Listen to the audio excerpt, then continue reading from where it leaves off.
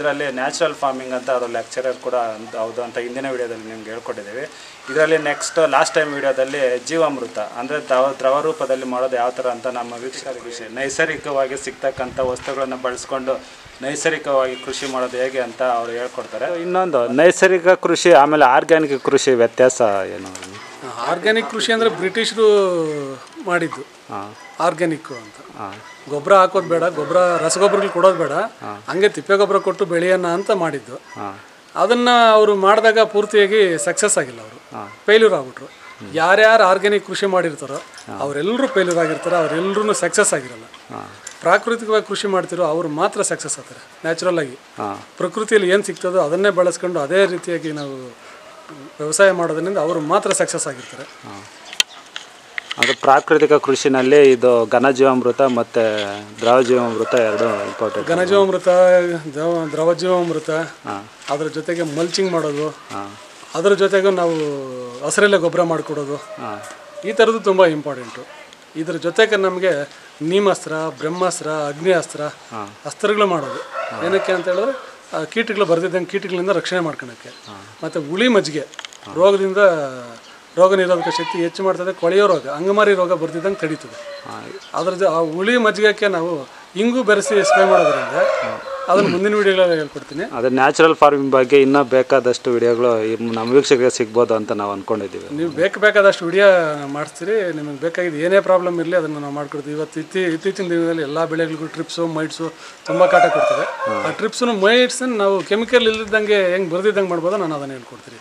ಮತ್ತು ನಿಮಗೆ ಯಾವುದೇ ಬೆಳೆನಾಗ ಟೊಮೊಟೊ, ಮೆಣಸಿನ ಗಿಡ, ಹೀರೆ ಗಿಡ, ಆಗಲ ಗಿಡ, ಹೂವು ಯಾವುದು ಬಿಟ್ಟು ಕಾಯಿ ಆಗ್ತದೆ, ಆ ಥರದ ಹೂವು ಉದುರ್ತದೆ, ಫ್ಲವರ್ ಡ್ರಾಪ್ ಆಗೋದು, ಅದಕ್ಕೆ ನಾನು ಒಳ್ಳೆ ಸೊಲ್ಯೂಷನ್ ಹೇಳ್ಕೊಡ್ತೀನಿ.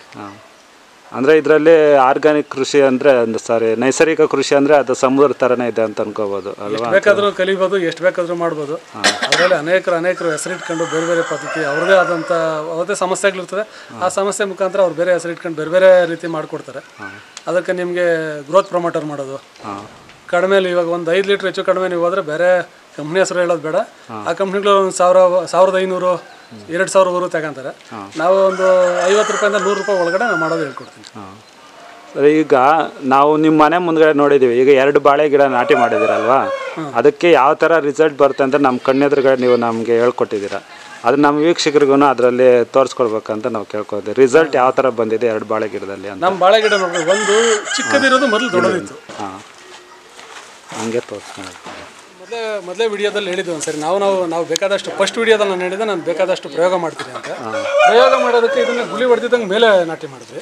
ಇದೊಂದು ಸ್ವಲ್ಪ ಹಳ್ಳ ಇರೋದಕ್ಕೆ ಇದು ದಿನ ಇದೆ. ಗುಳಿ ಆಳವಾಗಿ ಗುಳಿ ಹೊಡೆದ್ರೆ ಇದನ್ನ ಗುಳಿಯಲ್ಲಿ ನಾಟಿ ಮಾಡಿದ್ವಿ. ಗುಳಿಯ ಸೇಮ್ ಎರಡು ಒಂದೇ ಸೇಮ್ ಗೊಬ್ಬರ ಹಾಕಿದ್ರಿ, ಎರಡೂ ಸೇಮ್ ಇಟ್ರಿ. ಇದ್ರ ಬೆಳವಣಿಗೆ ಕಮ್ಮಿ ಆಗ್ಬಿಡ್ತು. ಯಾವಾಗ ಇದ್ರ ಬೆಳವಣಿಗೆ ಕಮ್ಮಿ ಆಯ್ತು ಅಂತ ಹೇಳಿದ್ರೆ ಇದು ಬೇರು ಸರಿಯಾಗಿ ಒಳ್ಳೆ ಭೂಮಿ ಮಣ್ಣು ಸಿಕ್ಕಿದೆ, ಇದ್ರ ಬೆಳವಣಿಗೆ ಹೆಚ್ಚಾಗ್ಬಿಡ್ತು. ಅದಕ್ಕೆ ಇದು ಅದ್ರ ಸರಿಗೆ ಬರಲಿ ಅಂತ ನಾವೇನು ಮಾಡಿದ್ರಿ ಅಂದರೆ ಇದಕ್ಕೆ ಘನಜೀವಾಮೃತ 1 kg ಸಗಣಿಯಲ್ಲಿ ಘನಜೀವಾಮೃತ ಮಾಡಿ ಮೊದಲೇ ಇದಕ್ಕೆ ಇದು ಕೊಟ್ರಿ. ಇದಕ್ಕೆ ಘನಜೀವಾಮೃತ ಕೊಟ್ರಿ. ಘನಜೀವಾಮೃತ ಕೊಟ್ಟರೆ ಇದು ದೊಡ್ಡದಾಗಿರೋ ಗಿಡ ಚಿಕ್ಕದಾಗ್ಬಿಡ್ತು. ಇದು ಅಷ್ಟಕ್ಕೆ ಇದು ನಾರ್ಮಲ್ ಆಗಿ ಬೆಳೀತು. ಇದು ಒಂದು ಸ್ವಲ್ಪ ಹೆಚ್ಚು ದಷ್ಟಪುಷ್ಟವಾಗಿ ಹೆಚ್ಚಿಗೆ ಇದು ಬೆಳೆದ್ಬಿಡ್ತು. ಇವಾಗ ನಾವು ನೋಡ್ಬೋದು ಇದಕ್ಕೆ ಅದಕ್ಕೆ ತುಂಬಾ ಡಿಫ್ರೆನ್ಸ್ ಇದೆ. ಯಾರು ಹೇಳಿದ್ರೆ ಇದಕ್ಕಿಲ್ಲ, ನೀವು ಇದಕ್ಕೆ ಹೆಚ್ಚಿಗೆ ಗೊಬ್ಬರ ಕೊಟ್ಟಿದ್ರಿ ಅಂತ. ಇದಕ್ಕೆ ಬರೀ ಘನಜೀವಾಮೃತ ಕೊಟ್ಟಿದ್ದು, ತಿಪ್ಪೆ ಗೊಬ್ಬರ ಅದಕ್ಕೆ ಬೇಕಾದಷ್ಟು ಕೊಟ್ಟಿದ್ದು ನೋಡ್ರಿ. ಅದ್ರ ಮೇಲೆಲ್ಲ ಮಲ್ಚಿಂಗ್ ಮಾಡಿ ತೋಟದಲ್ಲಿ ಏನೇನು ಮಾಡ್ಬೋದು ಅದೆಲ್ಲ ಮಾಡಿದ್ರಿ. ಘನಜೀವಾಮೃತ ಕೊಟ್ಟಿದ್ದಕ್ಕೆ 1 kg ಘನಜೀವಾಮೃತ ಕೊಟ್ಟಿದ್ರೆ ಡಿಫ್ರೆನ್ಸ್ ಇಷ್ಟೊಂದಿದೆ. ಬರೀ ಒಂದೇ ಸಲ ಕೊಟ್ಟಿದ್ದಕ್ಕೆ ಅಷ್ಟು ಒಂದೇ ಸರಿ ಕೊಟ್ಟಿರೋದು ಅಷ್ಟೇ. ಇದಕ್ಕೇನು ತುಂಬ ದಿನ ಆಗಿಲ್ಲ. ಇದನ್ನ ನಾಟಿ ಮಾಡಿ ನಮಗೆ ಒಂದು 2 ತಿಂಗಳ ಮೇಲೆ ಒಂದು 15-20 ದಿವಸ ಆಗಿದೆ ಅಷ್ಟೇ. ಇದನ್ನ ನಾಟಿ ಮಾಡಿ ರೈತರಿಗೆ ಇಲ್ಲಿ ಕಣ್ಣೆದುರುಗಡೆ ರಿಸಲ್ಟ್ ಗೊತ್ತಾಗುತ್ತೆ ಅಲ್ವಾ? ನೀವು ಮಾಡಿದ್ದು ನಿಮ್ಗೆ 1 ತಿಂಗಳ 1.5 ತಿಂಗಳಿಗೆ ರೈತರಿಗೆ ರಿಸಲ್ಟ್ ಗೊತ್ತಾಗ್ತದೆ. ನಮ್ದೊಂದು ಸ್ವಲ್ಪ ಕೆಲಸ ಇರ್ತದೆ, ಕೆಲಸ ಮಾಡಬೇಕು.